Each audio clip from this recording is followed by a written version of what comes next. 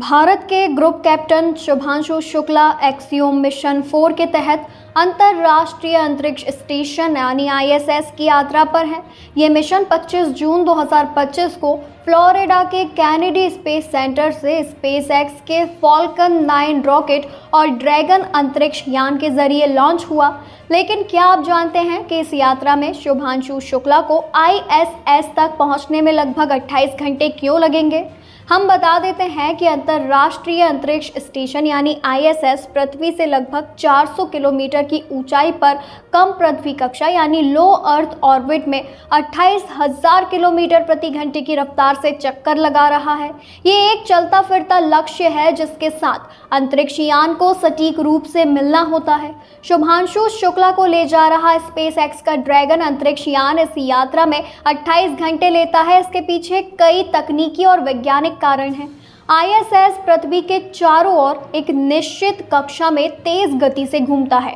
Dragon अंतरिक्ष यान को लॉन्च के बाद धीरे धीरे अपनी कक्षा को समायोजित करना पड़ता है ताकि वह ISS की कक्षा के साथ तालमेल बिठा सके। ये प्रक्रिया फेजिंग मैन्यूवर्स कहलाती है, जिसमें यानी कि अपनी ऊंचाई और गति को बार बार बैलेंस करना होता है। ड्रैगन के 16 ड्रैको थ्रस्टर्स जो अंतरिक्ष में 90 पाउंड बल पैदा करते हैं, इसमें मदद करते हैं। ISS के साथ डॉकिंग एक बहुत ही सटीक और जटिल प्रक्रिया है। यह अंतरिक्ष यान को ISS की गति और स्थिति के साथ पूरी तरह से मेल खाना होता है। इस दौरान कोई भी गलती खतरनाक हो सकती है। जी हाँ, इसीलिए ड्रैगन धीरे धीरे ISS के करीब पहुंचता है ताकि सुरक्षित डॉकिंग सुनिश्चित हो। लॉन्च के बाद यान को स्थिर करने और सुरक्षा जांच के लिए 1-2 घंटे और लगते हैं, जिसमें एयर प्रेशर और गैस रिसाव की जांच शामिल होती है। SpaceX का ड्रैगन अंतरिक्ष यान अपेक्षाकृत नया है, जिसे पहली बार साल 2012 में लॉन्च किया गया था। इसकी तुलना में रूस का सोयूज अंतरिक्ष यान, जिसे 1960 के दशक से उपयोग किया जा रहा है, केवल 8 घंटे में ISS तक पहुंच सकता है। बता दें कि सोयूज का लंबा इतिहास और गणितीय मॉडल इसे तेज बनाता है। ड्रैगन के लिए SpaceX अभी भी लॉन्च समय और फेजिंग मैन्यूवर्स के लिए गणितीय मॉडल विकसित कर रहा है, जिसके कारण यात्रा लंबी होती है। अंतरिक्ष मिशन में लॉन्च विंडो बहुत महत्वपूर्ण होती है। ये एक निश्चित समय होता है जिसमें रॉकेट को लॉन्च करना होता है ताकि वह आसानी से और कम ईंधन के साथ ISS तक पहुंच सके।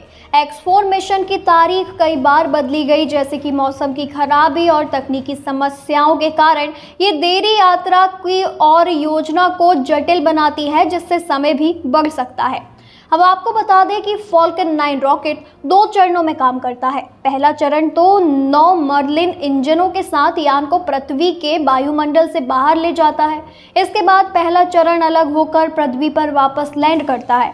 दूसरा चरण, जिसमें एक मर्लिन इंजन होता है, ड्रैगन को कक्षा में ले जाता है।